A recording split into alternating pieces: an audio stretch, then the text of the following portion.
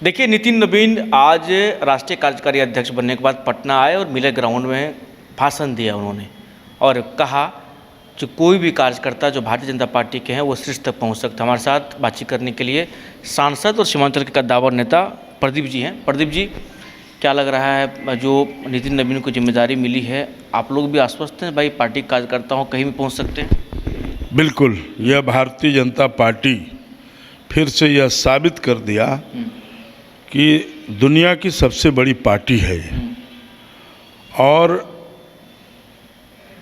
यह कार्यकर्ताओं की पार्टी है।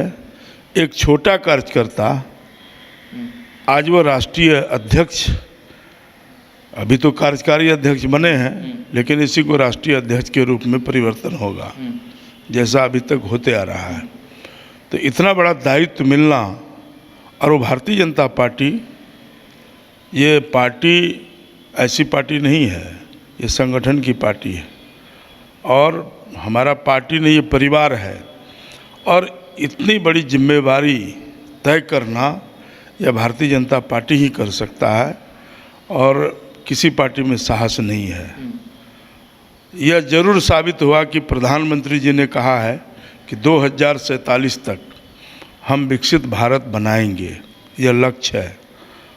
और नितिन नवीन एक 45 साल का उम्र वाले कार्यकर्ता को आज राष्ट्रीय नेतृत्व को मैं धन्यवाद देता हूं कि यह साहस भारतीय जनता पार्टी दिखा सकता है, साबित किया है। नया सोच, इसी को कहता है नया भारत।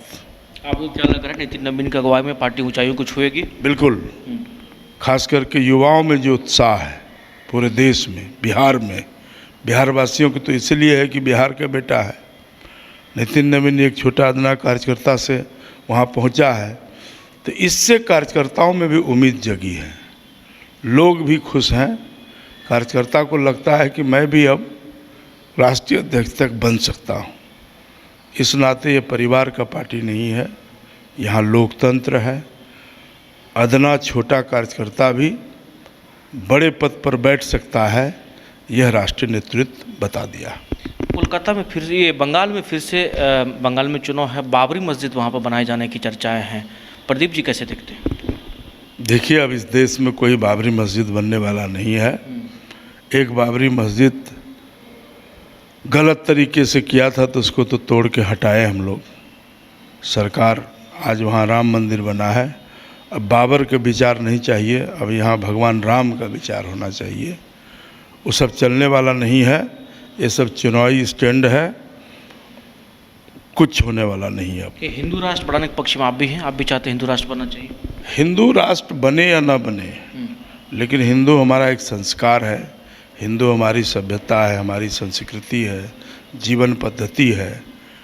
और यह संस्कार अगर डेवलप करे तो हिंदू बनना कोई बुरी बात तो नहीं है। बाबरी मस्जिद पर कोई सवाल लेकिन नहीं उठा रहे हैं जब इस तरह की चीज़ें हुई अयोध्या में, लेकिन अब फिर से चीज़ें सुगबुगाहट है कोलकाता में, बंगाल में, तो कोई नेता इस पर जो है सेकुलर के वो सामने नहीं आ रहे हैं। कोई नहीं उठाएगा, बीजेपी ही उठाएगी और हमारे तरह लोग बोलेगा।